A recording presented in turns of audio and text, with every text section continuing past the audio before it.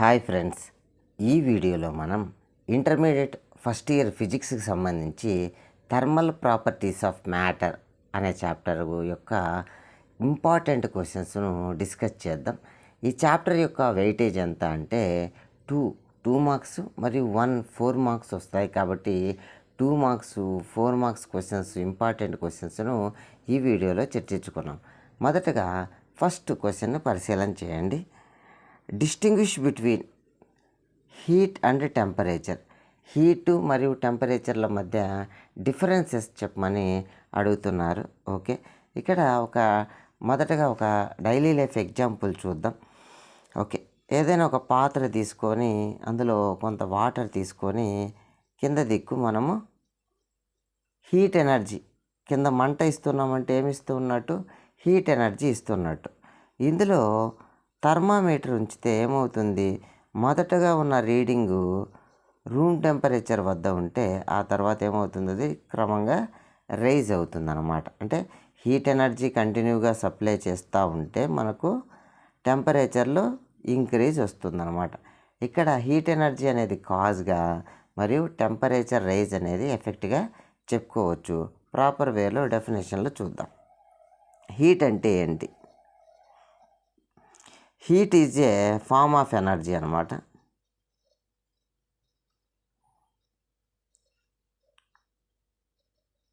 Heat is the form of energy, form of thermal energy.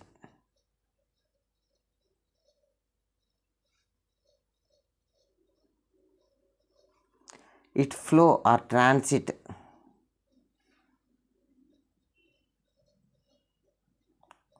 ఈ heat energy ఎక్కడి నుంచి ఎక్కడికి ఫ్లో అవుతుందంటే ఎక్కువ టెంపరేచర్ ఉన్న బాడీ నుంచి తక్కువ టెంపరేచర్ ఉన్న బాడీకి ట్రాన్సిట్ లేదా ఫ్లో అవుతుందన్నమాట.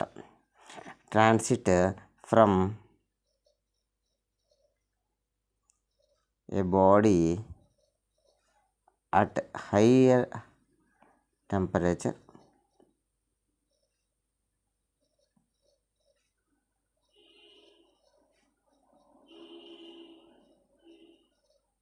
హయ్యర్ టెంపరేచర్ నుంచి to a body at lower temperature.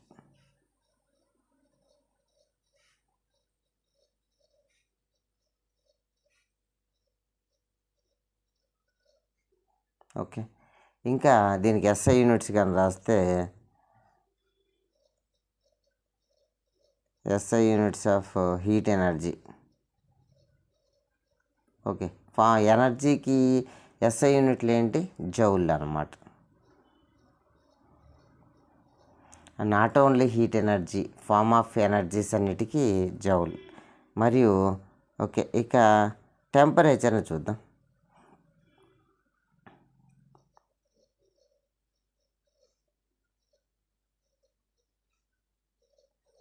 Okay, temperature ఇదేంటంటే అది ఎంత హాట్గా ఉంది, ఒక బాడీ అనేది ఎంత డిగ్రీ ఆఫ్ హాట్గా ఉంది, ఎంత డిగ్రీ ఆఫ్ కోల్డ్గా ఉంది, ఎంత ఉంది అనే క్వాంటిటీని మనకు మెజర్మెంట్ ఇస్తుందన్నమాట. So it is the measure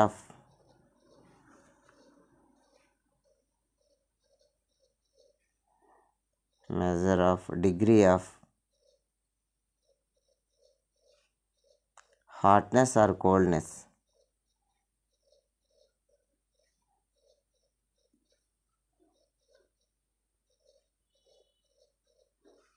of a body అన్నమాట.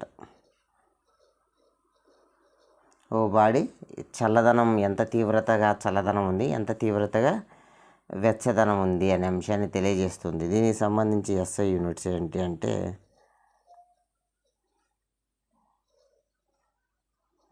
Okay, SI unit of temperature వచ్చి కెల్విన్లలో కొలుస్తారు. ఓకే, ఏదైనా రాసేటప్పుడు పక్కన కే అనే సింబల్తో రిప్రజెంట్ చేస్తామన్నమాట. ఓకే, నెక్స్ట్ క్వశ్చన్ని పరిశీలన చేద్దాం. Okay, what are the lower and upper fixed point of Celsius and Fahrenheit scales అన్నమాట. ఫారెన్హీట్ స్కేలు మరియు సెల్సియస్ స్కేల్లో లోయర్ పాయింట్ ఏంది, అప్పర్ పాయింట్ ఏంది అని అడుగుతున్నారు. మొదటగా మనము ఈ లోయర్ పాయింట్ను అప్పర్ పాయింట్ ఎలా ఫిక్స్ చేసింది ఒక్క నిమిషం పరిశీలన చేద్దాం. ఓకే, ఫారెన్హీట్ అనే శాస్త్రవేత్త మొదటగా థర్మామీటర్ చేయడానికి ప్రయత్నం చేయడం జరిగింది. సో ఈ ప్రయత్నంలో భాగంగా ఈయన ఏం చేసినారంటే ఓ బల్బు, అందులో మెర్క్యూరీ తీసుకోవడం జరిగింది. సో వీళ్ళు లోయర్ పాయింట్గా ఏమని అజంప్షన్ చేసినారంటే ఐస్ కోల్డ్ అనమాట. వాటరు ఐస్ లాగా ఉన్నటువంటి వాటర్లో ఉంచేసి అప్పుడు థర్మామీటరు ఎంతవరకు ఉంది అనేటువంటి భాగాన్ని తీసుకోవడం జరిగింది. అదేవిధంగా సెల్సియస్ కూడా తీసుకోవడం జరిగింది. సో ఇది లోయర్ పాయింట్ అన్నమాట. అదేవిధంగా నీళ్ళు బాగా ఆవిర్లు పోయే విధంగా మరొక థర్మామీటర్ తీసుకున్నాం చూపించడానికి. ఓకే, ఇప్పుడు వాటర్ తీసుకున్నాం. ఈ వాటర్ని బాగా వేడి చేసేస్తే ఏమవుతున్నాయంటే ఇప్పుడు పొగలు పోతున్నాయి. ఎక్కడైతే ఈ విధంగా ఎవాపరేట్ అవుతున్నాయో ఆ సందర్భంలో మెర్క్యూరీ ఎంత రైజ్ అయింది అనేది అప్పర్ లిమిట్ అన్నమాట. అయితే వీళ్ళు తీసుకున్నటువంటి లోయర్ లిమిట్, అప్పర్ లిమిట్ల యొక్క ఎత్తులు సమానం, అయితే వాళ్ళు తీసుకున్నటువంటి స్కేల్ డిఫరెంట్ అన్నమాట. సో ఇది థర్మామీటర్ కన్నా మనం తీసుకుంటే ఫారెన్హీట్ ఏం చేశారంటే ఈ లోయర్ లిమిట్ను 32గా తీసుకోవడం జరిగింది. మరి అప్పర్ లిమిట్ను సేమ్ మెర్క్యూరీ అయితే సేమ్ లెవెల్ ఉంటుంది, లోయర్ అప్పుడు సేమ్ లెవెలే, హయ్యర్ అప్పుడు సేమ్ లెవెల్, ఇది రెండు స్కేళ్ళల్లో. మరి ఫారెన్హీట్ అయితే దీనిని 180 ఈక్వల్ పార్ట్స్గా చేసి అప్పర్ పాయింట్ను 212గా తీసుకున్నారు. ఎన్ని ఈక్వల్ పార్ట్స్ చేసినాడంటే 180 ఈక్వల్ పార్ట్స్ చేయడం జరిగింది. ఇది ఫారెన్హీట్కి సంబంధించి. మరి డిగ్రీ సెల్సియస్ ఏం చేసినారు అని అంటే ఈయన లోయర్ పాయింట్ను 0గా తీసుకోవడం జరిగింది. దాన్ని 0 డిగ్రీ సెంటిగ్రేడ్ అంటాం. 100 ఈక్వల్ పార్ట్స్, ఇదే సేమ్ లెంత్ను, ఈ పర్టికులర్ సేమ్ లెంత్నే ఫారెన్హీట్ 180 డిగ్రీస్ 180 ఈక్వల్ పార్ట్స్ చేస్తే ఈ పర్టికులర్ లెంత్నే సెల్సియస్ 100 ఈక్వల్ పార్ట్స్ చేయడం జరిగింది. సో అప్పర్ లిమిట్ వచ్చి 100 అన్నమాట. So 100 degree centigrade. ఎన్ని ఈక్వల్ పార్ట్స్ చేసినారంటే 100 ఈక్వల్ పార్ట్స్ చేయడం జరిగింది. సో మనం ప్రాపర్ వేలో రాసే ప్రయత్నం చేద్దాం. Answer for Celsius scale.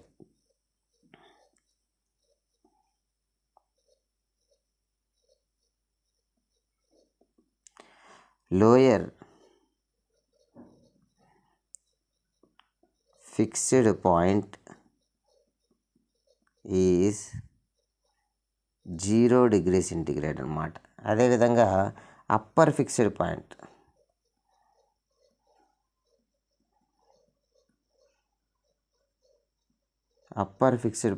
Is 100 degree centigrade.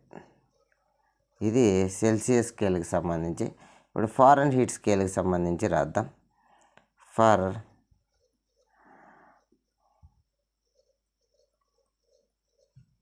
Fahrenheit scale, ఇందులో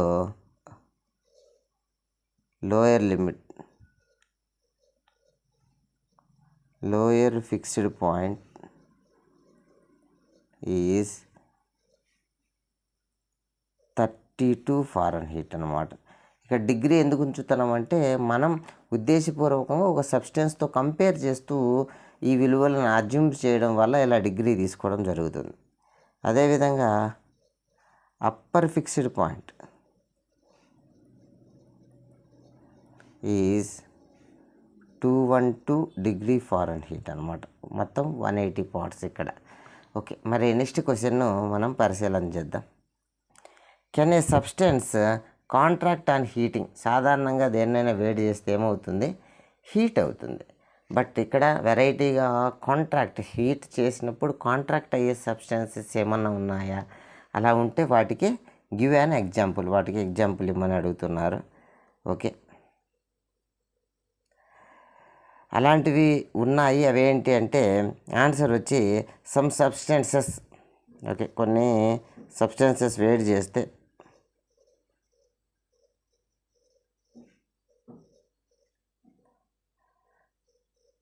కాంట్రాక్ట్ ఆన్ హీటింగ్. వేడి చేస్తే కాంట్రాక్ట్ అయ్యే కొన్ని సబ్స్టెన్స్ కలవు.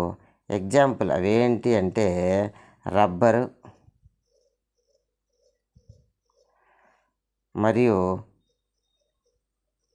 వాటర్ అన్నమాట. అయితే అన్ని డిగ్రీ సెంటిగ్రేడ్ వద్ద కాదు, 0 డిగ్రీ సెంటిగ్రేడ్ నుండి 4 డిగ్రీ సెంటిగ్రేడ్ వరకు ఏమవుతుందంటే వేడి చేస్తే కంట్రాస్ట్ అవుతుంది. సో మనకు మాస్ బై వాల్యూమ్ తగ్గి డెన్సిటీ ఎక్కువ ఉండడం వల్ల మనకు వాటర్ బాడీస్లో ఐస్ అనేది పైకి వస్తుంది. 4 డిగ్రీ సెంటిగ్రేడ్ వద్ద ఉన్న వాటర్ అనేది డౌన్లో ఉంటుందన్నమాట.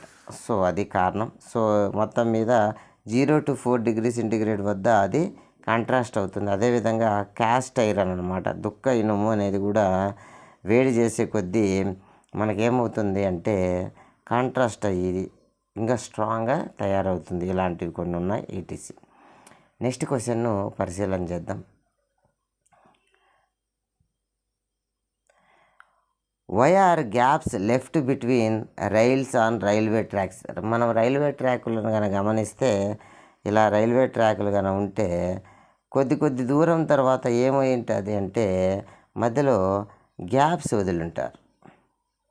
ఈ భాగాల్లో ఇక్కడ గమనించండి, ఈ భాగాల్లో గ్యాప్స్ వదిలింటారు. ఎందుకు అని అంటే మనకు తెలుసు వేడి చేస్తే మెటల్స్ ఏ సబ్స్టెన్స్ అయినా సాధారణంగా ఎక్స్పాండ్ అవుతాయి. ఇక్కడ ఐరన్తో చేసినటువంటివి ఎక్స్పాండ్ అవుతాయి. ఎక్స్పాండ్ అయినప్పుడు ఏమవుతాయి, ఒకదాని మీద ఒకటి ఓవర్ల్యాప్ అవుతాయి. ఎండాకాలంలో ఇలా గ్యాప్ వదులుకుంటే ఒకదానికి ఒకటి ఓవర్ల్యాప్ అయ్యి అక్కడ రైలు ప్రమాదం జరిగేదానికి అవకాశం ఉంది. సో ఇలా సమ్మర్ సీజన్లో లేదా వేడి ఎక్కువ ఉన్నప్పుడు ఆ ఎక్స్పాన్షన్ జరిగినప్పటికీ కూడా కొంత ఎక్స్పాన్షన్ జరుగుతుంది. అయినప్పటికీ ఒకదాని మీద ఒకటి ఓవర్లాప్ కాకుండా ఉండాలి అని అంటే ఇలాంటి గ్యాప్స్ అనేటి స్మాల్ గ్యాప్స్ అనేది లీవ్ చేస్తారు. మనం ప్రాపర్ వేలో ఆన్సర్ రాద్దాం. Okay, to allow expansion of rails during summer అన్నమాట.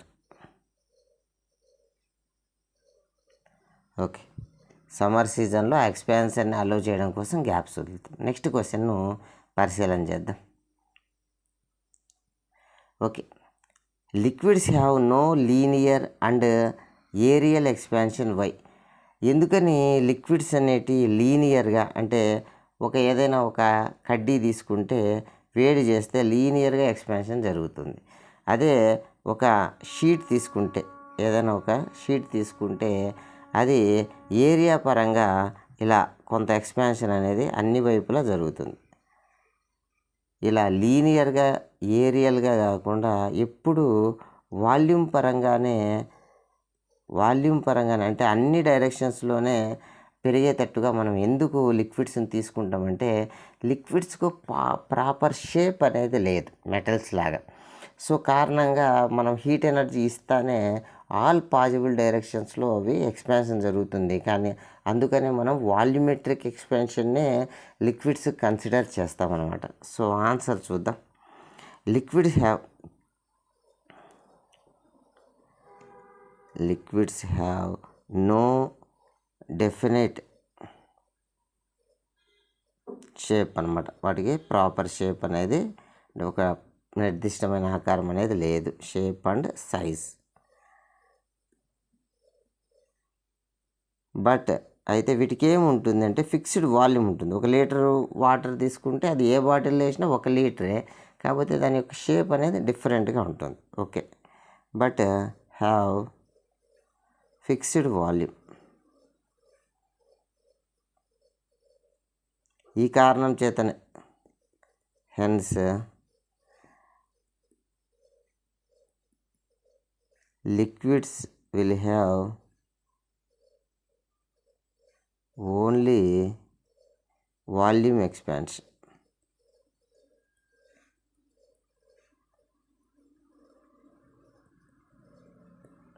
ఓకే, నెక్స్ట్ క్వశ్చన్ను పరిశీలన చేద్దాం. ఓకే, నెక్స్ట్ క్వశ్చన్ కనుక చూస్తే ventilators are provided in room. Ventilators అంటే మనకు గాలి వెళ్ళడానికి స్మాల్గా గ్యాప్స్ వదిలి ఉంటారు కదా ఇంటి రూమ్ పై భాగంలో 3 డైరెక్షన్స్ లేదా 4 డైరెక్షన్స్లో. జస్ట్ బిలో ద రూఫ్కి ఏదైతే ఉంటుందో ఆ రూఫ్కి మొత్తం ఒక ఇల్లు ఇలా ఉంది అని అనుకుంటే, ఇలా రూఫ్ ఇలా ఉంది అని అనుకుంటే, మనకు ఈ వెంటిలేటర్స్ అనేవి కింద భాగంలో పెడతారా అంటే కాదు, పై భాగంలో ఇట్లా గ్యాప్ అనేది వదిలి ఉంటారు. వీటిని వెంటిలేటర్స్ అని తీసుకుంటాం. కింద దిక్కు విండోస్ ఉంటాయి మరియు డోర్ ఉంటుంది. కానీ టాప్లో ఏముంటుంది అని అంటే ఇలా వెంటిలేటర్స్ ఉంటాయి. ఎందుకు మనకు టాప్లోనే ఉండాలి అంటే, సాధారణంగా చల్లని గాలి లోపలికి రావాలి అంటే లోపల ఉన్నటువంటి గాలి వెకేట్ చేయాలి. లోపల మనం పీల్చి వదిలిన గాలి ఎలా ఉంటుందంటే అది వామ్గా ఉంటుంది, వేడి గాలి ఉంటుంది. సో వేడి గాలి అనేది పైకి వెళ్తుంది. సో అది దానికి లెస్ డెన్సిటీ ఉంటుంది కాబట్టి అది పైకి వెళ్తుంది. ఏవైతే బరువుగా ఉంటాయో అవి కింద వైపు ఉంటాయి, తేలిగ్గా ఉన్నవి పైకి వెళ్తాయి. మనం బురద నీరును గమనిస్తే బరువు ఎక్కువ ఉన్న బురద కణాలు కింద ఉన్నాయి, తేలికైన నీళ్ళు పైకి వెళ్తాయి. సో సేమ్ అదే అనాలజీ ప్రకారం ఎయిర్లో కూడా డెన్సిటీ ఎక్కువ ఉన్నవి, బరువు ఎక్కువ ఉన్నవి గాలి, సాధారణంగా చల్లని గాలి బరువు ఎక్కువగా ఉంటుంది, అది కింద వైపు ఉంటుంది. మనం పీల్చి వదిలేసిన గాలి ఆ రూమ్లో నిండిపోతే బయట నుంచి చల్లని గాలి రాలేదు. సో ఇది వెకేట్ చేయడం కోసం ఇది ఎట్టాగు తేలికపడి ఉంటుంది, పై వైపు ఉంటుంది. సో పైన వెంటిలేటర్ పెడితే బయటికి వెళ్ళిపోతుంది, లోపల ఖాళీ ఏర్పడి ఫ్రెష్గా ఉన్న చల్లని గాలి లోపలికి రావడానికి పాజిబిలిటీ ఏర్పడుతుంది. సో కాబట్టి వెంటిలేటర్స్ని పై భాగంలో ఉంచుతాం. ఓకే, ఆన్సర్ని ప్రాపర్ వేలో రాసే ప్రయత్నం చేద్దాం. Okay, hot air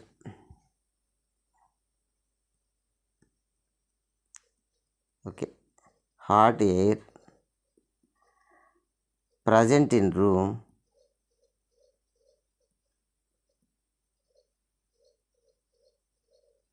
moves up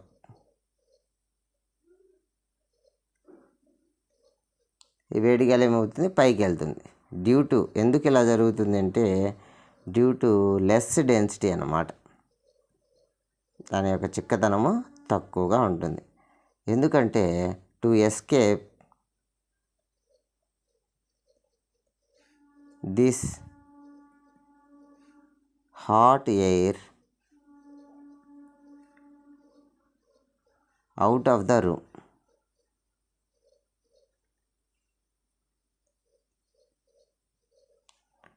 so ventilators ఎక్కడ ఉంచుతాం? Ventilators are provide just below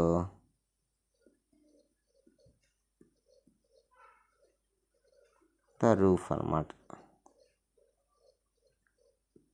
రూఫ్కు just below ఉంచడం జరుగుతుంది. ఏ కారణం చేత? వేడి గాలి బయటికి పోవడం. సో నెక్స్ట్ క్వశ్చన్ను మనం పరిశీలన చేద్దాం. ఓకే, క్వశ్చన్ను పరిశీలన చేద్దాం. The roof of the building is often painting white during the summer and why. Okay, మనం సాధారణంగా మిద్దె మీదలు గమనిస్తూ ఉంటే, ఏదైనా ఒక ఇంటి మిద్దెను గమనిస్తే మిద్దె పై భాగంలో మనం గమనించాం అని అనుకుంటే ఇది ఒక ఇంటి పై భాగం. సో ఈ పై భాగంలో మనం ఎందుకని వైట్ కలర్నే వేసుకోవాలి, వేరే కలర్ని ఎందుకు ప్రిఫరబుల్ కాదు అని అంటే, ఓకే, వైట్ కలర్ ఏమవుతుందంటే ఇక్కడ ఈ ఇంటికి పై భాగంలో వైట్ కలర్ వేస్తున్నాం. ఓకే, వైట్ కలర్ పిక్ చేసుకున్నాం. ఓకే, ఇలా వైట్ కలర్ వేస్తున్నాను. ఎందుకు వైట్ కలరే వేయాలి అని అంటే, సన్ నుంచి వచ్చిన లైట్ ఏదైతే ఉందో ఈ లైట్ను వైట్ కలర్ అనేది మ్యాక్సిమం రిఫ్లెక్ట్ చేస్తుంది, పడిన లైట్ అంతా పక్కకు వెళ్ళిపోతుంది. సో ఈ విధంగా అందుకని సమ్మర్ సీజన్లో ఇంటి కేవలం ఒక్క బిల్డింగే ఉన్న వాళ్ళందరూ కూడా సాధారణంగా ఏం చేస్తారంటే రకరకాల కంపెనీల సిమెంట్లు అనేటివి, ఈ సున్నాలు అనేటివి అమ్ముతారు, ఇవి పూసుకుంటారు. చాలా మ్యాక్సిమం డిఫరెన్స్ వస్తుంది ఇంటి కింది భాగంలో ఈ సున్నం పోయినప్పటికీ. కారణం ఏంటంటే సాధారణంగా మిగిలిన కలర్స్ బ్లాక్ అయితే 100% అబ్జర్వ్ చేసుకుంటుంది, మిగిలిన కలర్ కూడా అంతో ఎంతో అబ్జర్వ్ చేసుకుంటాయి. సో ఈ వైట్ ఏం చేస్తుందంటే మ్యాక్సిమం లైట్ను రిఫ్లెక్ట్ చేసేస్తుంది. సో బిల్డింగ్ అనేది వేడి కాదు, బిల్డింగ్ మీద పడిన సన్లైట్ మొత్తం రిఫ్లెక్ట్ అవుతూ ఉంటే బిల్డింగ్ వేడయ్యే అవకాశం లేదు. సో ఓవరాల్గా టెంపరేచర్ అనేది బిల్డింగ్ వల్ల అదనంగా ఆ రూమ్ టెంపరేచర్ పెరగకుండా కాపాడడంలో ఇది బాగా మనకు హెల్ప్ చేస్తుంది. సో ప్రాపర్ రీజన్ని మనం రాసే ప్రయత్నం చేద్దాం.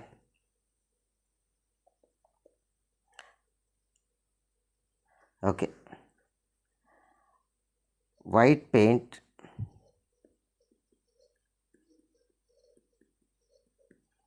ఈజ్ ఏ గుడ్ రిఫ్లెక్టర్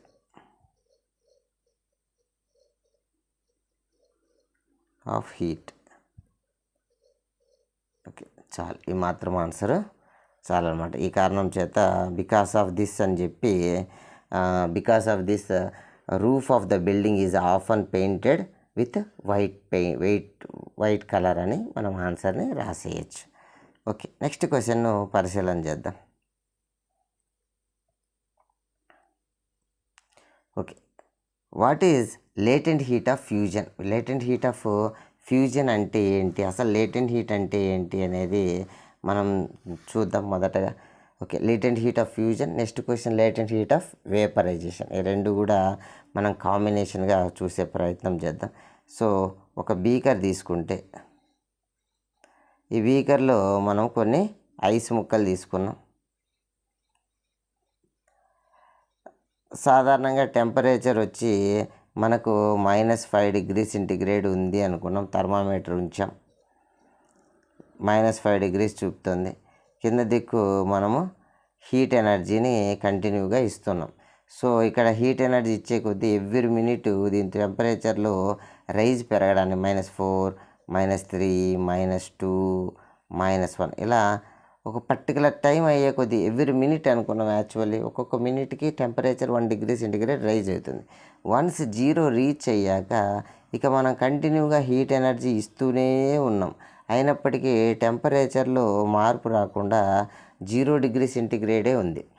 ఎప్పటి వరకు ఇలా ఉంటుంది అని గమనిస్తే మనము ఇక్కడ ఏవైతే ఐస్ క్యూబ్స్ ఉన్నాయో, ఐస్ ఉందో, ఈ ఐస్ సాలిడ్ ఫేజ్లో ఉంది కదా, ఇది కంప్లీట్గా లిక్విడ్ ఫేజ్ అయ్యేంత వరకు కూడా మనం హీట్ ఎనర్జీ కంటిన్యూగా ఇస్తూ ఉన్నప్పటికీ టెంపరేచర్ అనేది రైజ్ కాదు. సో హీట్ ఎనర్జీ ఇస్తున్నాం, బట్ అది మనకు ఇక్కడ రిఫ్లెక్ట్ కావడంలో, ఏదైతే థర్మామీటర్లో ఉందో మనం ఇచ్చే హీట్ ఎనర్జీ థర్మామీటర్లో రిఫ్లెక్ట్ కావడం, ఒక గుప్తంగా ఉంది, లేటెంట్గా ఉంది, ఇన్సైడ్గా ఉంది. దీన్నే మనం లేటెంట్ హీట్ అంటాం, లేటెంట్ హీట్ ఆఫ్ ఫ్యూజన్ అంటాం. ఇది మనం ఆ హీట్ ఎనర్జీ ఎందుకు యూజ్ అవుతుంది అని అంటే to change the state, solid స్టేట్లో లిక్విడ్ స్టేట్కి చేంజ్ అవ్వడానికి మనం ఇచ్చిన హీట్ ఎనర్జీ అనేది యూజ్ అవుతున్నట్టుగా మనం చెప్పుకోవచ్చు. అదే వేపరైజేషన్ అంటే మనము లిక్విడ్ ఇక్కడ కంప్లీట్గా లిక్విడ్గా మారిపోయింది అని అనుకున్నాం. కంప్లీట్గా లిక్విడ్గా మారిపోయింది, ఇప్పుడు అంతా లిక్విడ్గా ఉంది. మనం కంటిన్యూగా హీట్ ఎనర్జీ ఇస్తున్నాం. టెంపరేచరు గ్రాడ్యువల్గా పెరుగుతూ వస్తుంది. ఉదాహరణకి 10 డిగ్రీ సెంటిగ్రేడ్, 20 డిగ్రీ, 30 డిగ్రీ, 40 ఇలా కంటిన్యూగా పెరిగి వన్స్ 100 రీచ్ అయినాక ఇంకా పెరగదు. ఎందుకయ్యా ఇక్కడ పెరగడం లేదు అని అంటే ఆ టైంలో మనం ఇచ్చిన హీట్ ఎనర్జీ ఈ వాటర్ అనేది వేపర్ అవ్వడానికి, అంటే ఇక్కడ లిక్విడ్ స్టేట్ నుండి గ్యాసియస్ స్టేట్కు చేంజ్ అవ్వడానికి యూజ్ అవుతుంది. ఆ టైంలో మనం ఇచ్చిన హీట్ ఎనర్జీ అనేది, ఆ హీట్ ఎనర్జీనే లేటెంట్ హీట్ ఆఫ్ వేపరైజేషన్ అని అంటారనమాట. సో ఈ విధంగా మనకు ఏదైతే స్టేట్ చేంజ్ జరగడానికి, లిక్విడ్ నుండి సాలిడ్ నుండి లిక్విడ్కి మారడానికి మనం ఇచ్చిన హీట్ ఎనర్జీ, ఈ ఫేజ్ డిఫరెన్స్ కోసం మనం ఇచ్చే హీట్ ఎనర్జీనే లేటెంట్ హీట్ ఆఫ్ ఫ్యూజన్ అంటాం. అదేవిధంగా లిక్విడ్ నుంచి మరి గ్యాస్కి లేదా వేపరైజేషన్కి, గ్యాసియస్ స్టేట్కి కన్వర్ట్ అవ్వడానికి మనం ఇచ్చిన హీట్ ఎనర్జీనే లేటెంట్ హీట్ ఆఫ్ వేపరైజేషన్ అంటాం. ఓకే, డెఫినేషన్ పరంగా దీన్ని చూసే ప్రయత్నం చేద్దాం. Okay, the amount of heat required by a unit mass, ఒక యూనిట్ మాస్ అంతా లిక్విడ్ సాలిడ్ని of the solid to change into liquid at constant temperature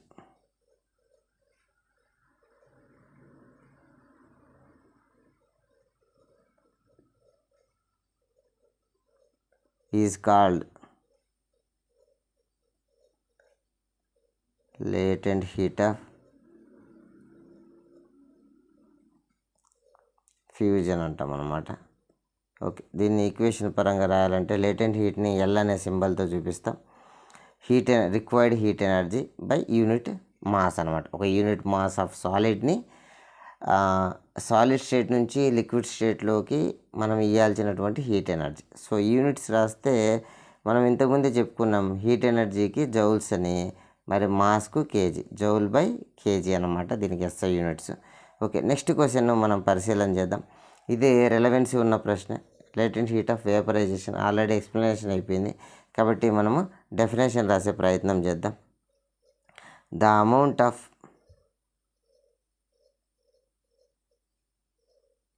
heat required, same అక్కడ ఇక్కడ డెఫినేషన్ ఒకటే, కాకపోతే అక్కడ సాలిడ్ నుంచి లిక్విడ్ రాస్తాం, ఇక్కడ లిక్విడ్ నుంచి గ్యాస్ రాస్తాం. అదొక్కటే మార్పు అన్నమాట. సో హీట్ రిక్వైర్డ్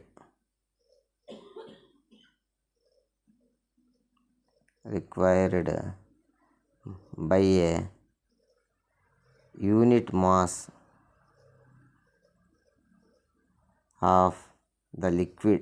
గమనించండి, అక్కడైతే సాలిడ్ రాసినాం, ఇక్కడ ఏం రాస్తున్నాం, లిక్విడ్,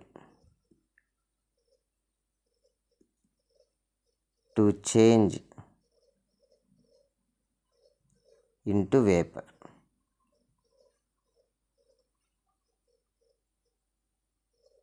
ఓకే, ఇక్కడ మనం మార్పు గమనించాలి. ఇక్కడ లిక్విడ్ నుంచి వేపర్కి.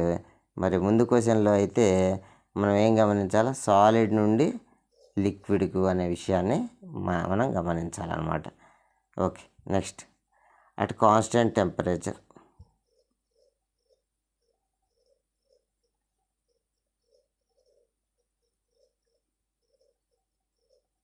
ఈజ్ కాల్డ్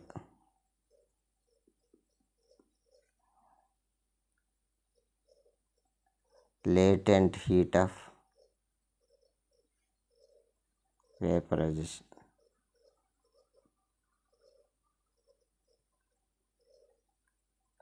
ఓకే, చూడండి ఇక్కడ కూడా లేటెంట్ హీట్ అంటే ఎల్ఏ, వేపరైజేషన్ అయినా లేదా ఫ్యూజన్ అయినా. So L is equal to Q by ఎం.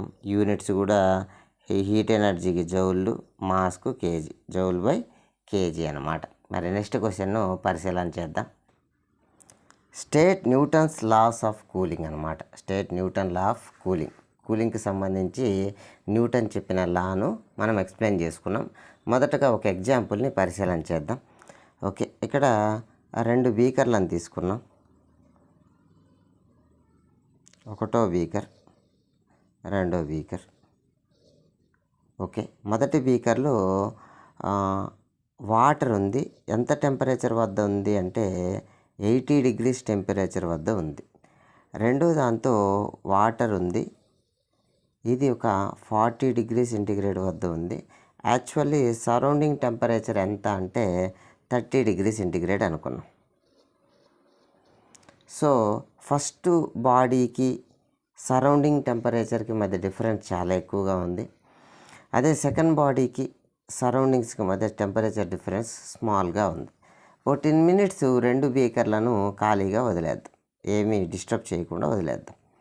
ఇప్పుడు మళ్ళీ టెంపరేచర్ని కానీ మెజర్ చేస్తే ఇది 60 డిగ్రీస్కి డ్రాప్ అయింది, ఇది 35 డిగ్రీస్కి డ్రాప్ అయింది. సో ఇక్కడ మనం ఏం గమనించాలి అంటే యాక్చువల్లీ బాడీ యొక్క టెంపరేచరు మరియు సరౌండింగ్ యొక్క టెంపరేచర్ మధ్య డిఫరెన్సు ఎక్కువ ఉంటే అది రేట్ ఆఫ్ కూలింగ్ అనేది ఫాస్ట్గా ఉంటుంది. యాక్చువల్లీ బాడీ యొక్క టెంపరేచరు సరౌండింగ్ టెంపరేచర్ మధ్య డిఫరెన్స్ తక్కువ ఉంటే కూలింగ్ రేట్ అనేది తక్కువగా ఉంటుంది అని చెప్పడమే న్యూటన్ కూలింగ్ లా అనమాట. దీన్ని ప్రాపర్ వేలో మనం రాసే ప్రయత్నం చేద్దాం. Okay, according to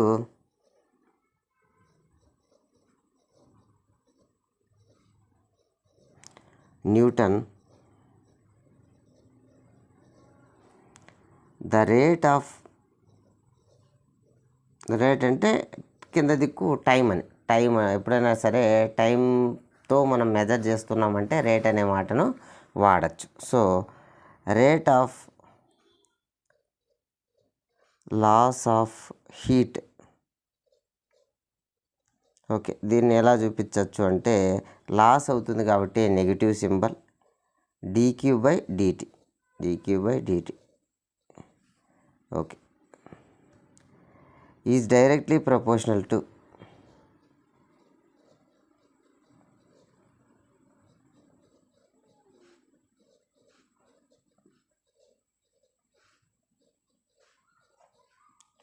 the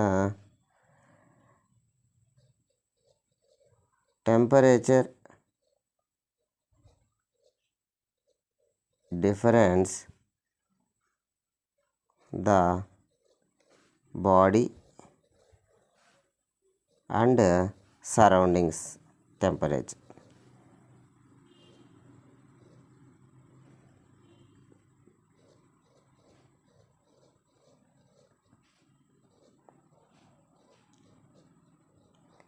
okay, surrounding టెంపరేచర్కి మధ్య డిఫరెన్స్ ఎక్కువగా ఉంటే రేట్ ఆఫ్ కూలింగ్ కూడా ఎక్కువగా ఉంటుంది. అంటే ఒక పారామీటర్ పెరిగితే రెండో పారామీటర్ కూడా పెరుగుతుంది అంటే ప్రపోర్షనల్గా ఉన్నట్టు.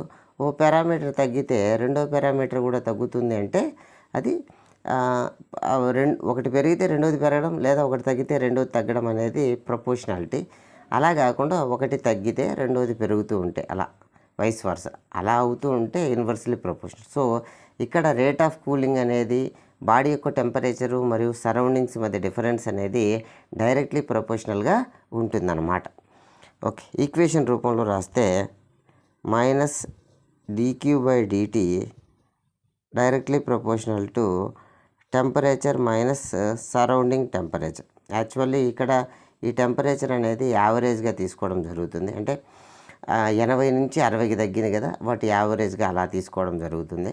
సో ఇక్కడైతే టీ అనే సింబల్తో మనం రిప్రజెంట్ చేస్తున్నాం. సో ఎప్పుడైనా ప్రపోర్షనాలిటీని తీసేస్తే ఓ కాన్స్టెంట్ అనేది ఈక్వల్ చేసినప్పుడు ఓ కాన్స్టెంట్ అనేది వస్తుంది. So constant T - TS. ఈ కాన్స్టెంట్ అనేది పాజిటివ్ వాల్యూని కలిగి ఉంటుంది.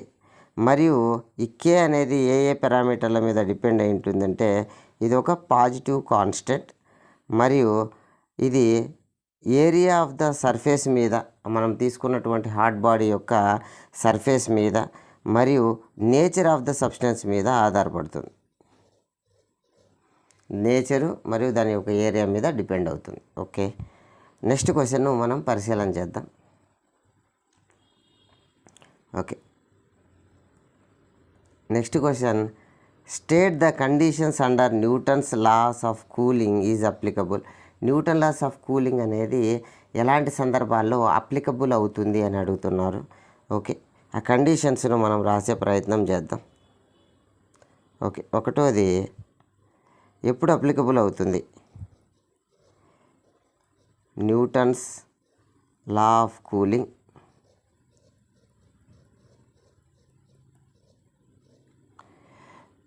ఓకే ఈజ్ అప్లికబుల్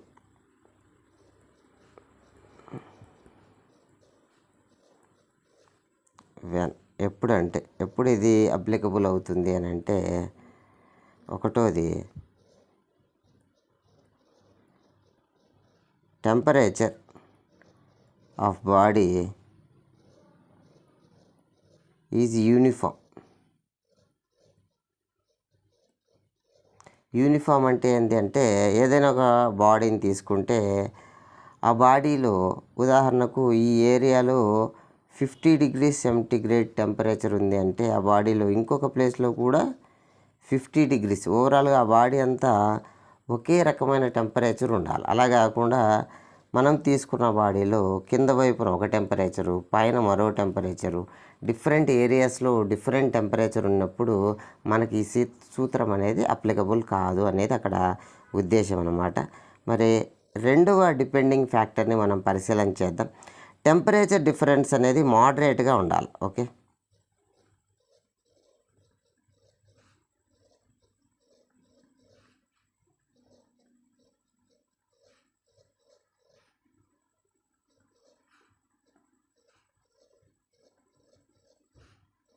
ఎవరెవరికి మధ్య డిఫరెన్స్ అంటే సరౌండింగ్స్కి బాడీకి. ఎవరెవరి మధ్య డిఫరెన్స్ అంటే బాడీకి సరౌండింగ్స్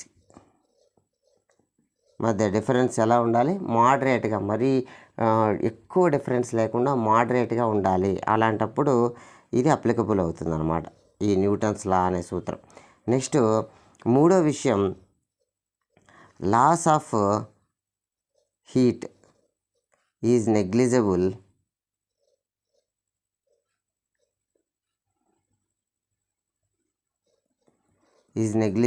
బై కండక్షన్.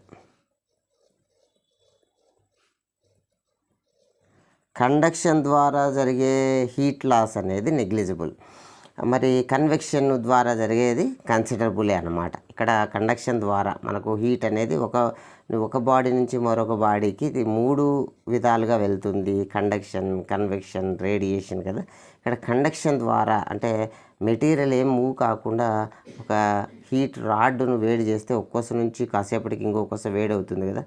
ఇలా హీట్ ట్రావెల్ అయ్యే విధానాన్ని కండక్షన్ అంటాం. ఇలా హీట్ లాస్ అయ్యే విధానాన్ని మనం నెగ్లిజిబుల్గా తీసుకుంటాం అన్నమాట. నెక్స్ట్ 4వ కండిషన్ని పరిశీలన చేద్దాం. లాస్ ఆఫ్ హీట్ అనేది కండక్షన్ ద్వారా కాకుండా కన్వెక్షన్ ద్వారా అయితే loss of heat occurs in a streamlined flow of air. Okay, streamlined flow of air అంటే ఏంటి అని అంటే ఒక బాడీ తీసుకున్నాం, దీని మీద ఎయిర్ వెళ్తుంది అని అనుకుంటే ఈ ఎయిర్ టచ్ అయ్యి వెళ్ళినప్పుడు ఇక్కడి నుంచి ఇక్కడికి హీట్ అనేది ఫ్లో వెళ్ళినప్పుడు హీట్ లాస్ అవుతుంది, అది కన్సిడరబుల్. ఉదాహరణ దీన్ని ఏమని చెప్పచ్చు అంటే ఇక్కడ పైన కండక్షన్ ద్వారా నెగ్లిజిబుల్ అని చెప్పినాం కదా, ఇది కన్వెక్షన్ అన్నమాట. అంటే ఇక్కడ ఎయిర్ పార్టికల్స్ మూవ్ అవుతూ హీట్ అనేది అబ్జర్వ్ చేసుకోవడం జరుగుతుంది. కాబట్టి ఇక్కడ హీట్ లాస్ను కన్సిడరబుల్గా తీసుకుంటాం.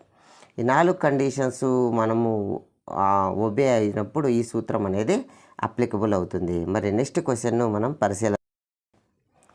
ఓకే, స్టేట్ వీన్స్ డిస్ప్లేస్మెంట్ లాను మనల్ని ఎక్స్ప్లెయిన్ చేయమంటున్నారు. ఓకే, ఇక్కడ మొదటగా కొన్ని ఉదాహరణకు ఇక్కడ ఎక్స్ప్లెయిన్ చేసుకున్నాం. ఏదైనా ఒక చాకు లేదా ఒక ఐరన్ థింగ్ ఏదో ఒకటి మనం తీసుకుంటే, ఓకే, ఉదాహరణకి ఒక చాక్ తీసుకొని నేను బాగా పొయ్యి కాడ వేడి చేస్తున్నాను అని అనుకున్నాం. మొదటగా దాని కలరు వైట్గా ఉంది. వేడి చేసే కొద్దీ బాగా వేడైనాక అది దాదాపు 4000 కెల్విన్ వద్ద అది ఎలా అపియర్ అవుతుంది అంటే రెడ్ కలర్లో అపియర్ అవుతుంది అని అనుకున్నాం. సో అది ఆ పర్టికులర్ టెంపరేచర్ కాడ మనకు అపియర్ అయ్యేదే మ్యాక్సిమం ఇంటెన్సిటీ కలర్ అన్నమాట. సో దానికి గ్రాఫ్ గీస్తే ఎలా వచ్చింది అనుకున్నాం. సో మ్యాక్సిమం ఇంటెన్సిటీ ఏ కలర్ కాడ ఉందంటే రెడ్ కలర్ కాడ ఉంది. మ్యాక్సిమం ఇంటెన్సిటీ ఏ కలర్ కాడ ఉంది? రెడ్ కలర్ కాడ ఉంది, 4000 కెల్విన్ వద్ద. ఇదే బాడీని మనం ఇంకా ఫర్దర్గా వేడి చేస్తూ పోతే ఒక 8000 కెల్విన్ వద్దకు వేడి చేసినామని అనుకోండి. 8000 కెల్విన్ వద్దకు వేడి చేస్తే ఇది బ్లూ కలర్లో మనకు అపియర్ అవ్వడం స్టార్ట్ అవుతుంది. సో ఇక్కడ ఈ జోనార్లో మనం ఏదైతే విజిబుల్ కలర్ ఉందో ఆ పర్టికులర్ జోనార్లో మనం పరిశీలన చేస్తున్నాం. ఈ బాడీ ఏదైతే ఉందో మనం హీట్ చేసినప్పుడు ఉదాహరణకు 4000 కెల్విన్ వద్ద వేడి చేస్తున్నప్పుడు విజిబుల్ రేంజ్ కాని ముందు ఉన్నటువంటి యువి రేస్ రూపంలో అది రేడియేషన్ ఎమిట్ చేస్తూ ఉంటుంది. మరియు ఇన్ఫ్రారెడ్ రీజియన్లో కూడా ఎమిట్ చేస్తుంటుంది హీట్ రూపంలో. మనకు అవి విజన్లోకి రావు. ఓకే, మనకు విజిబుల్ రేంజ్లో మ్యాక్సిమం ఇంటెన్సిటీ ఎక్కడ ఉంది అంటే రెడ్ కలర్లో ఉంది 4000 డిగ్రీస్. అదే 8000 డిగ్రీ సెంటిగ్రేడ్ వద్ద మనం వేడి చేసినాము అని అనుకుంటే ఏదైనా ఒక సబ్స్టెన్స్ని, అది ఎంత టెంపరేచర్ వద్ద మ్యాక్సిమం ఇంటెన్సిటీ వస్తుంది అనేది ఒకసారి మనం పరిశీలన చేస్తే దాని గ్రాఫ్ ఈ విధంగా ఉంటుందన్నమాట. సో మ్యాక్సిమం ఇంటెన్సిటీ ఎక్కడ ఉంది దీనికంటే బ్లూ కలర్లో ఉండడాన్ని మనం గమనించవచ్చు.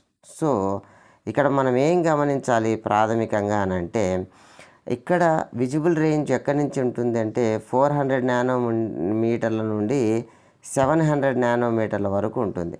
టెంపరేచర్ పెరిగే కొద్దీ అది షిఫ్ట్ ఎలా అవుతుంది, యువతలకు అవుతుంది. మ్యాక్సిమం వేవ్ లెంత్ అనే వాల్యూ అనేది తక్కువ ఉన్న వైపుకి వెళ్తుంది. తక్కువ టెంపరేచర్ ఉన్నప్పుడు 700 నానోమీటర్స్ ఇవి ఎక్కువ వేవ్ లెంత్. తక్కువ టెంపరేచర్ ఉన్నప్పుడు వేవ్ లెంత్ ఎక్కువగా ఉంది, ఎక్కువ వేవ్ లెంత్ను మ్యాక్సిమం ఇంటెన్సిటీ ఉంది. టెంపరేచరు ఎక్కువ అయ్యే కొద్దీ తక్కువ వేవ్ లెంత్ ఉన్నటువంటిది మ్యాక్సిమం ఇంటెన్సిటీగా రావడానికి గమనించవచ్చు. సో అబ్సల్యూట్ టెంపరేచర్కి మ్యాక్సిమం ఇంటెన్సిటీ వేవ్ లెంత్కి ఉన్న relation inversely proportional relation. So ఈ విషయాన్నే మనకు వీన్స్ అనే శాస్త్రవేత్త చెప్పడం జరిగింది. ఓకే, మనము మాటల రూపంలో డెఫినేషన్ రాసే ప్రయత్నం చేద్దాం. According to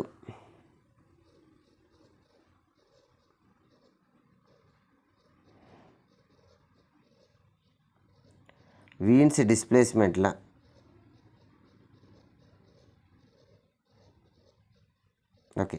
veins displacement law ప్రకారం the wave length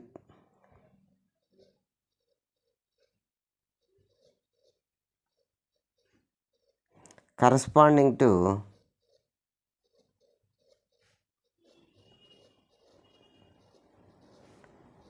maximum intensity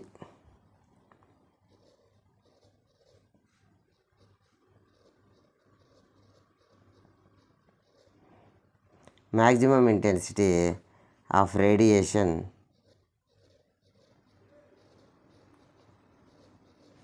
emitted by a black body. Black body అయితే ఇది 100% అబ్జర్వ్ చేసుకుంటుంది, మరియు గుడ్ ఎమిటర్ మరియు గుడ్ అబ్జర్వర్ మరియు గుడ్ ఎమిటర్ అన్నమాట. మొత్తం లైట్ను అబ్జర్వ్ చేసుకునేది మొత్తం ఎమిట్ చేస్తుంది. కాబట్టి బ్లాక్ బాడీని ఐడియల్గా తీసుకోవడం జరుగుతుంది.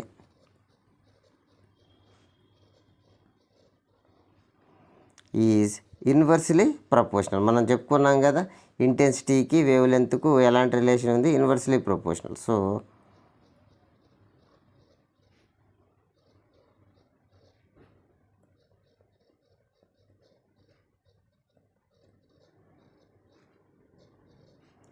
To the absolute temperature.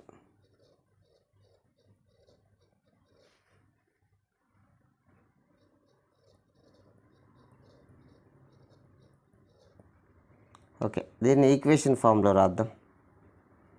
Okay,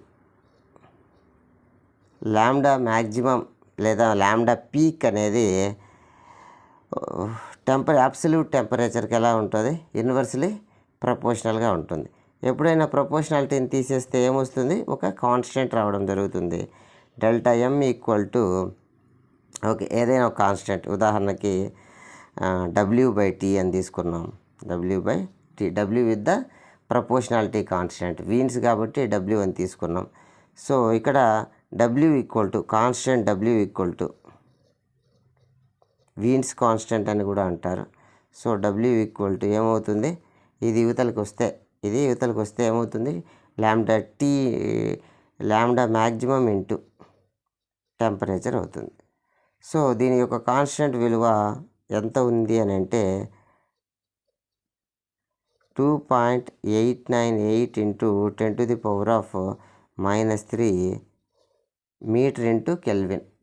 wave లెంత్కు మీటర్లు, టెంపరేచర్కు కెల్విన్. సో ఇంకా కొంత సింప్లిఫైగా జనరల్గా అయితే ఎలా తీసుకుంటారంటే 2.9 ఇంటూ 10⁻³ MK. ఓకే, ఇది వీన్స్ డిస్ప్లేస్మెంట్ లా అనమాట. దీనికి సంబంధించి ఒక ప్రాబ్లాన్ని నెక్స్ట్ క్వశ్చన్గా మనం పరిశీలన చేద్దాం. Okay, if maximum intensity of radiation for a black body is founded to be 2.65 micrometer అనమాట. ఓకే, దీని యొక్క మ్యాక్సిమం ఇంటెన్సిటీ ఎక్కడుంది అంటే ఆ వేవ్ లెంత్ కాడ ఉంది. So lambda maximum equal to 2.65 micrometres. Okay, next what temperature of radiating body, ఆ బాడీ ఎంత టెంపరేచర్ను రేడియేట్ చేస్తుంది అంటే మనల్ని ఏం కనుక్కోమన్నారు, టీని కనుక్కోమన్నారు. మరియు వీన్స్ కాన్స్టెంట్ కూడా ఇవ్వడం జరిగింది. సో వీన్స్ కాన్స్టెంట్ ఎంత ఇచ్చినారంటే 2.9 ఇంటూ 10⁻³ MK అనమాట. ఒకవేళ దీని వాల్యూ ఇవ్వకున్నా మనమే గుర్తుపెట్టుకొని రాయాల్సిన పరిస్థితిలో ఉండాలి. సో మనకేం తెలుసు అంటే lambda T equal to lambda M into T equal to Wien's constant అని తెలుసు. సో మనం కనుక్కోవాల్సిన పారామీటర్ ఏంటి అంటే T. So T equal to W/లాంబ్డా మ్యాక్సిమం. సో వాల్యూలన్నీ ప్రాపర్గా ప్లగ్ ఇన్ చేస్తే కాన్స్టెంట్ వాల్యూ ఎంత అంటే 2.9 ఇంటూ 10⁻³ వేవ్ లెంత్ ఎంత అంటే ఇక్కడ మైక్రోమీటర్లో ఉంది. మైక్రో అంటే 10⁻⁻6 అనమాట. మనం వాల్యూలన్నీ SI సిస్టంలోకి కన్వర్ట్ చేసుకోవాలా. సో అంటే మీటర్లో కన్వర్ట్ చేసుకోవాలా.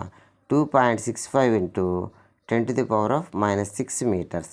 సో దీని వాల్యూని ఇక్కడ సబ్స్టిట్యూట్ చేస్తే 2.65 ఇంటూ 10⁻⁻6 అనమాట. ఇది ఓకే, మీటర్ ఇంటూ కెల్విన్, ఇది metre. So metre into metre cancel, only units ఏం మిగులుతాయంటే కెల్విన్లలో ఆన్సర్ వస్తుంది. సో దీన్ని సింప్లిఫై చేస్తే okay, temperature equal to 2.9/2.65 into 10⁻⁻3. ఈ -6 కింద ఉన్న -6 పైకి వెళ్తే +6 అవుతుంది. సో ఓవరాల్గా -3 + 6 ఓకే ఏమవుతుంది అని అంటే +3 అవుతుంది. సో ఇక్కడ +3 అవుతుంది, 1000 అనమాట. T equal to 2900/2.65. దీన్ని సింప్లిఫై చేస్తే అంటే ఆల్మోస్ట్ సగం చేస్తే 1094 కెల్విన్ అవుతుంది అనమాట. ఓకే, ఇది ప్రాబ్లం యొక్క సొల్యూషన్. నెక్స్ట్ క్వశ్చన్ను పరిశీలన చేద్దాం. Next question, what is green house effect? Green house effect అంటే ఏంది? Explain global warming. గ్లోబల్ వార్మింగ్ని ఎక్స్ప్లెయిన్ చేయమని అడుగుతున్నారన్నమాట. గ్రీన్ హౌస్ ఎఫెక్ట్ అంటే ఏంటి అంటే ఎర్త్ చుట్టూ, ఎర్త్ ఉంది, కొన్ని కిలోమీటర్ల వరకు మనకు ఎర్త్ అట్మాస్ఫియర్ అనేది ఉంటుంది. సో ఈ అట్మాస్ఫియర్లో సాధారణంగా ఆక్సిజను, నైట్రోజను ఉంటాయి. ఎక్కువ భాగం నైట్రోజన్ ఆటమ్స్, ఆక్సిజన్ ఆటమ్స్ ఉంటాయి. ఒక 0.3% కార్బన్ డైఆక్సైడ్ ఉంటుంది. సో కార్బన్ డైఆక్సైడ్ కూడా ఉంటుంది. ఇవి 99.99% ఉండాలి, ఇది కొద్దిగా ఉండాలి. కానీ వీటి సంఖ్య బాగా పెరిగిపోతే ఏం జరుగుతుందంటే కార్బన్ ఉద్గారాలు గన ఈ అట్మాస్ఫియర్లో పెరిగితే సన్ నుంచి వచ్చినటువంటి లైట్ ఏదైతే ఉందో, సన్ నుంచి వచ్చినటువంటి లైటు మామూలుగా అయితే ఎర్త్ మీద పడి రిఫ్లెక్ట్ అయ్యి అవుటర్ సర్ఫేస్లోకి వెళ్ళిపోవాలి. అలా కాకుండా ఈ కార్బన్ పార్టికల్స్ ఎప్పుడైతే ఎక్కువ అవుతాయో వచ్చిన లైటు రిటర్న్ వెళ్లకుండా ఇప్పుడు కార్బన్ పార్టికల్స్ను తిరిగి మళ్ళీ ఎర్త్ మీదకి రిఫ్లెక్ట్ చేయడం వల్ల ఇలా మల్టిపుల్ టైమ్స్ రిఫ్లెక్ట్ అయ్యి ఎర్త్ యొక్క టెంపరేచర్ బాగా పెరుగుతుంది. ఇలా పెరగడం వల్ల ఇక్కడ ధృవాల వద్ద ఏదైతే ఉందో ఈ ధ్రువ ప్రాంతాల వద్ద ఉన్న మంచంతా కూడా కరిగి సముద్ర మట్టంలో నీటి మట్టం పెరిగి ఏవైతే కోస్టల్ రీజియన్లో ఉన్నాయో అవి మునిగిపోయే ప్రమాదం వచ్చిందనమాట. సో ఈ విధంగా రకరకాల అట్మాస్ఫియర్ చేంజెస్ అనేటివి జరుగుతాయి. సో దీనన్నిటికి కారణం ఏంటి అంటే కార్బన్ పార్టికల్స్ ఏవైతే పొల్యూటెంట్స్ ఉన్నాయో ఇవి లైట్ను మల్టిపుల్ టైమ్స్ రిఫ్లెక్ట్ చేసి ఎర్త్ యొక్క టెంపరేచర్ని పెరిగేటట్టు చేయడము, వామ్గా అవ్వేటట్టు, యావరేజ్ ఎర్త్ టెంపరేచర్కు మించి టెంపరేచర్ వచ్చేటట్టు చేయడము అనేది ఇక్కడ ప్రాబ్లం అనమాట. సో ఇక్కడ రాద్దాం. Okay, green house effect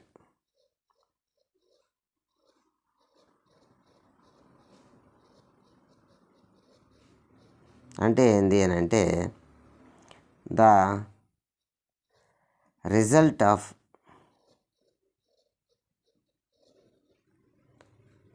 heating up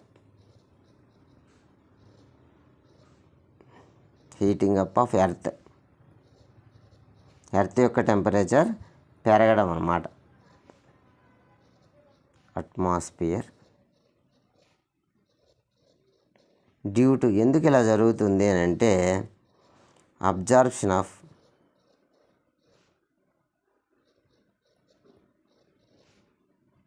heat by green house gases అన్నమాట. కార్బన్ డైఆక్సైడు, అమ్మోనియా, ఈ ఫ్రిడ్జ్ నుంచి వెలువడే ఫ్రియాన్ వాయువులు ఇలాంటి వాటిని ఏమంటామంటే గ్రీన్ హౌస్ గ్యాసెస్ అని అంటాం. ఓకే, నేమ్లీ వేటిని ఇలా అంటామంటే CO2 కార్బన్ డైఆక్సైడ్ను, మరియు CH4 మీథేన్, మరియు N2O nitrous oxide, next chlorofluorocarbons,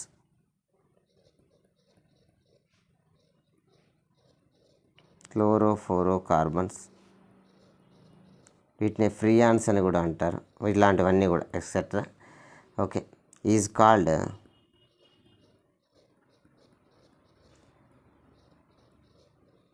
green house green house effect అంటాం అన్నమాట. ఇలా జరగడాన్ని, ఇలా లైట్ అంతా రిఫ్లెక్ట్ అయ్యి టెంపరేచరు పెరగడము. ఓకే, నెక్స్ట్ గ్లోబల్ వార్మింగ్కి కారణం ఏంటి?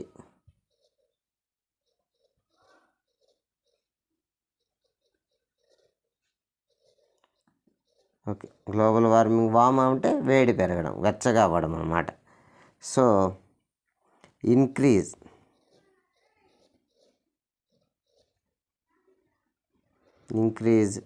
ఇన్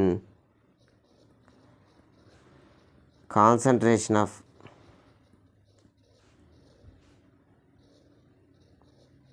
గ్రీన్ హౌస్ గ్యాసెస్, వాటి యొక్క శాతం పెరగడం అనమాట. చాలా తక్కువగా ఉండాలి, అలా కాకుండా పెరుగుతూ వస్తున్నాయి. ఈ ఫ్యాక్టరీల వల్ల వీటి వల్ల ఏమవుతుందంటే వీటి యొక్క పర్సంటేజ్ ఎయిర్లో పెరుగుతూ వస్తుందన్నమాట. టు హ్యూమన్ యాక్టివిటీస్, ఫ్యాక్టరీలు పెట్టేది హ్యూమన్లే కదా, కాబట్టి హ్యూమన్ యాక్టివిటీస్ వల్ల ఇవి కలుషితాలన్నీ కూడా మేక్స్, ఈ కారణం చేత ఏమవుతుంది the earth warmer,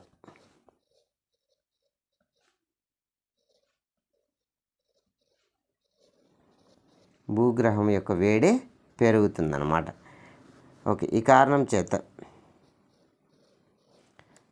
due to this temperature of earth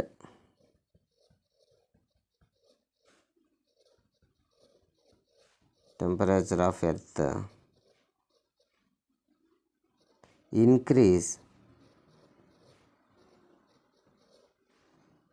by 1 to 3 degrees, 1 నుంచి 3 డిగ్రీల పైన పెరుగుతుంది. ఈ టెంపరేచర్ చాలు, ఈ డిఫరెన్స్ ఆఫ్ ఇంక్రీజ్ చాలు, చాలా మటుకు ధ్రువ ప్రాంతాల్లో పోలార్ రీజియన్లో ఉన్న మంచు కరిగిపోయి కోస్టల్ రీజియన్లో ఉన్న ల్యాండ్ ఎర్త్లోకి వెళ్ళి ఓషన్లోకి వెళ్ళిపోవడానికి అనమాట. Okay, this effect is noun as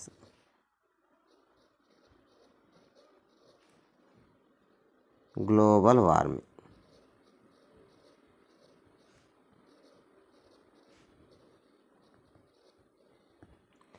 next question పరిశీలన చేద్దాం. State the units and dimensions of coefficient of thermal conductivity. Thermal conductivity అనేది ఒక ప్రాపర్టీ. ఆ ప్రాపర్టీ ఏం తెలియజేస్తుంది అనేది మనం చూస్తే, the ability of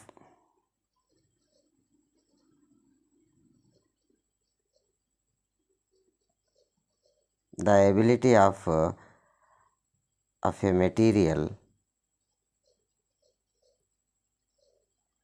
to conduct heat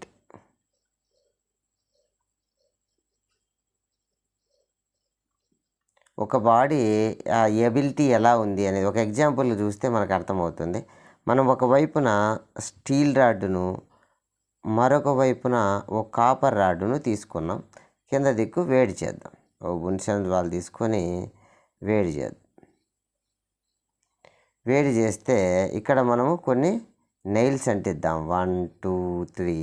అదేవిధంగా యువతలు కూడా 1 2 3 ఈక్వల్ డిస్టెన్స్లో నెయిల్స్ అంటించి వ్యాక్స్తో మంట పెడితే మొదటగా ఏవి పడుతుంది అంటే కాపర్ వైపు ఉన్నటి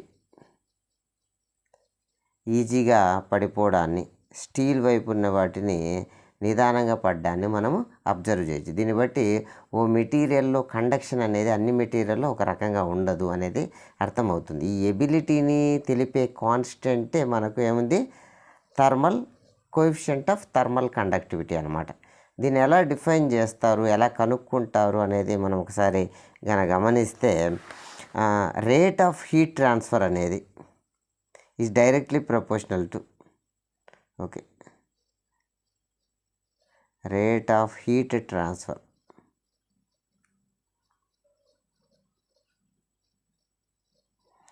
అనేది దేని మీద డిపెండ్ అవుతుంది అంటే, ఉదాహరణ dQ/dt అనేది దేనికి ప్రపోర్షనల్గా ఉంటుందంటే టెంపరేచర్ గ్రేడియంట్కు ప్రపోర్షనల్గా ఉంటుంది.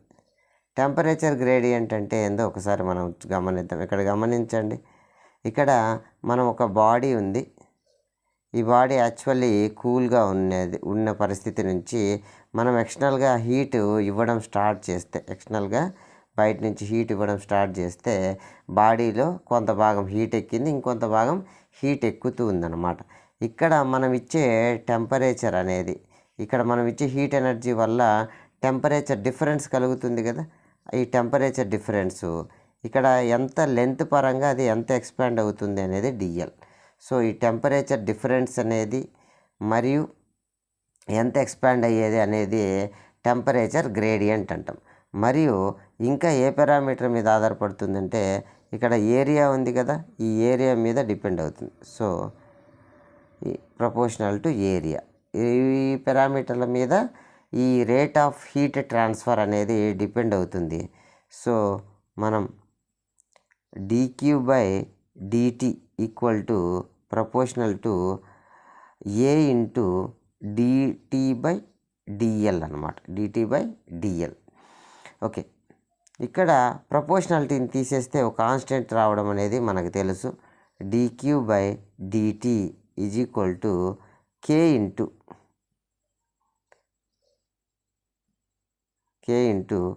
A dt/dl. సో ఇక్కడ K, ఈ ప్రపోర్షనాలిటీ కాన్స్టెంట్ Kనే థర్మల్ కండక్టివిటీ అంటాం అన్నమాట.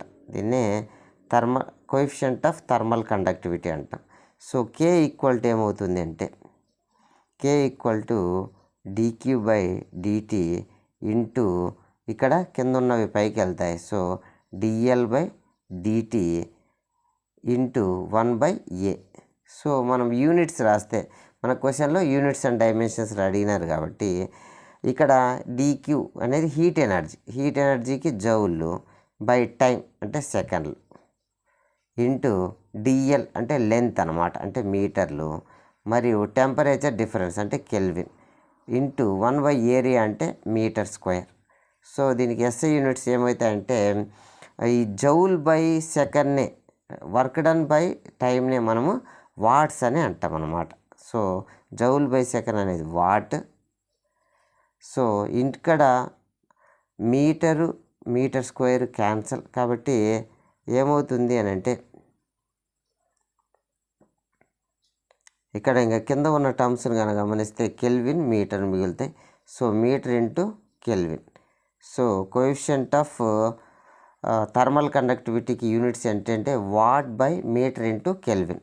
మరి డైమెన్షనల్ ఫార్ములా కానీ మనం రాస్తే, సో కేకి డైమెన్షనల్ ఫార్ములా కానీ రాస్తే జౌల్ ఎనర్జీ అంటే వర్క్ డన్ అనమాట.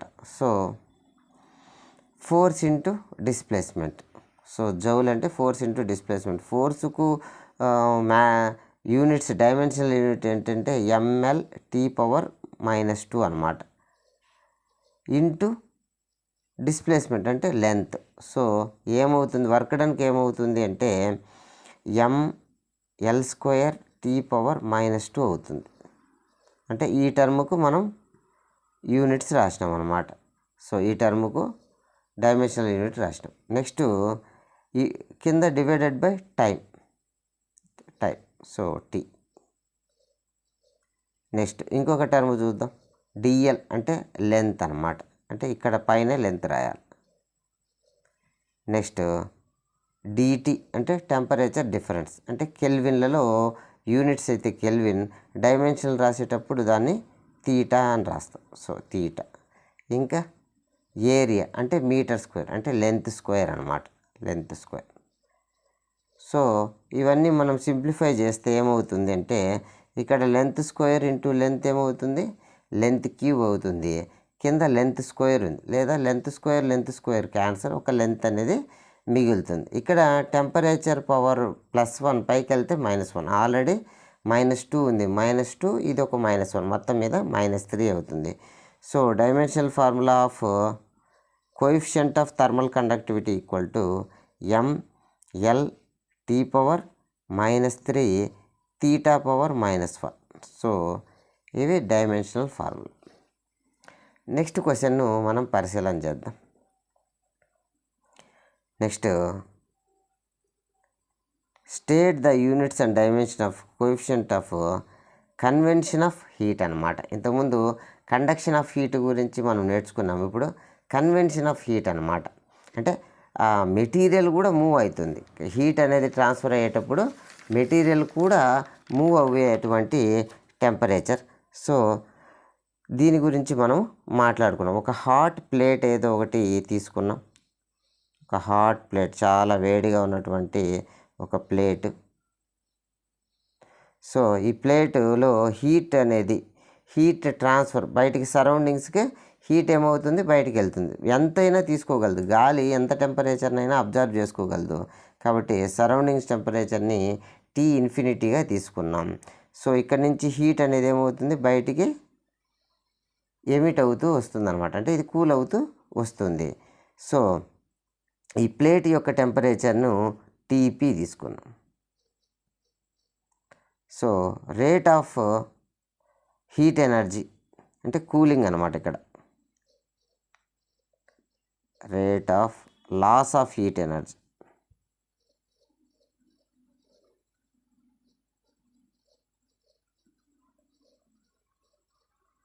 Rate of loss of heat energy is equal to dQ/dt equal టు ఏ పారామీటర్ల మీద డిపెండ్ అవుతుంది అంటే ఏరియా ఆఫ్ ద ప్లేట్ అనమాట. ప్లేట్ యొక్క ఏరియా పెరిగే కొద్దీ కూలింగ్ అనేది ఫాస్ట్గా జరుగుతుంది. సో ఏరియా మీద డిపెండ్ అవుతుంది. ఇంకొక డిపెండింగ్ ఫ్యాక్టర్ ఏంటి అంటే సరౌండింగ్ టెంపరేచర్ మరియు బాడీ యొక్క టెంపరేచర్. సో ఇంకే పారామీటర్ల మీద డిపెండ్ అవుతుంది అంటే టెంపరేచర్ ఆఫ్ ప్లేట్ మరియు మైనస్ టెంపరేచర్ ఆఫ్ ఎయిర్ అనమాట. ఎయిర్ ఎంతైనా అబ్జర్వ్ చేసుకోగలదు, ఎక్కువ దాని టెంపరేచర్ వరకు అబ్జర్వ్ చేసుకోగలదు. కాబట్టి ఇన్ఫినిటీ అనేటువంటి నోటేషన్ని తీసుకోవడం జరిగింది. So rate of loss of heat energy అనేది dQ/dt ఈక్వల్ టు ఏది, కన్వెక్షన్ ద్వారా హీట్ లాస్ను మనం చూస్తున్నాం. ఇక్కడ హీట్ లాస్ను చూస్తున్నాం. సో ప్రపోర్షనాలిటీని ఉంచితే ATP - T∞. ఎప్పుడైనా ఒక ప్రపోర్షనాలిటీని తీసేస్తే ఒక కాన్స్టెంట్ వస్తుంది.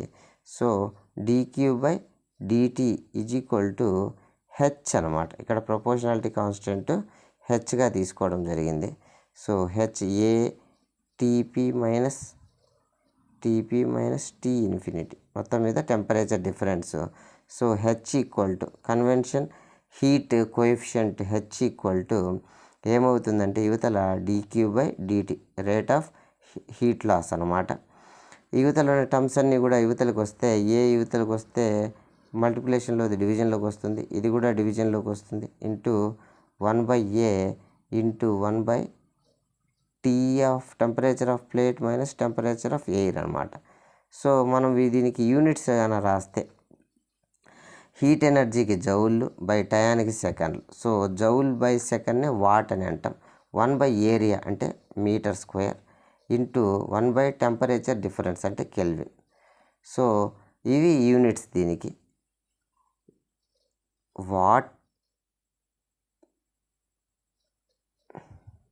What by metre square into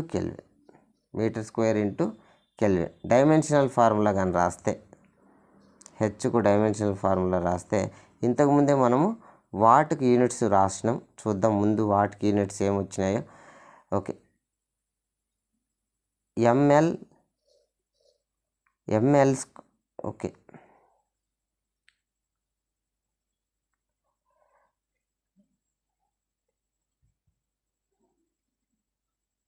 జౌల్కి వచ్చి force into displacement, force mL/T⁻⁻2 into displacement length అనమాట. జౌల్కి వచ్చి mL²T⁻².